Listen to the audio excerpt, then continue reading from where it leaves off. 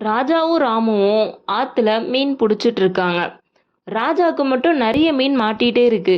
ராமுக்கு ஒரு மீன் கூட மாட்டவே இல்லை.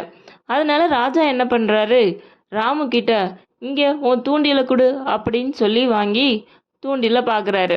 அதில் பார்த்தா புழுக்கு பதிலாக ஆப்பிளை கட்டி தொங்க விட்டுருக்காரு.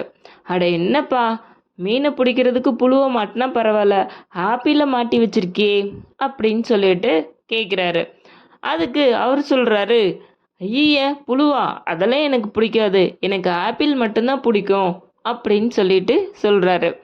இதே மாதிரி தான் நம்மளோட லைஃப்பில் நாமளும் எல்லா விஷயத்துக்குமே தப்பு பண்ணிகிட்டு இருக்கோம். ஒரு விஷயம் நடக்கணும்னு நினைக்கும் போது அதுக்கு என்ன தேவையோ அதை தான் நம்ம கொடுக்கணும். நமக்கு பிடிக்குதுங்கிறதுக்காக நாம் ஏதோ ஒன்று கொடுத்துட்டு அந்த விஷயம் நடக்கணும்னா அது எப்படி நடக்கும்? இந்த மாதிரி கதைகளுக்கு ரக்ஷன் மேலு சேனலை சப்ஸ்கிரைப் பண்ணுங்கள்.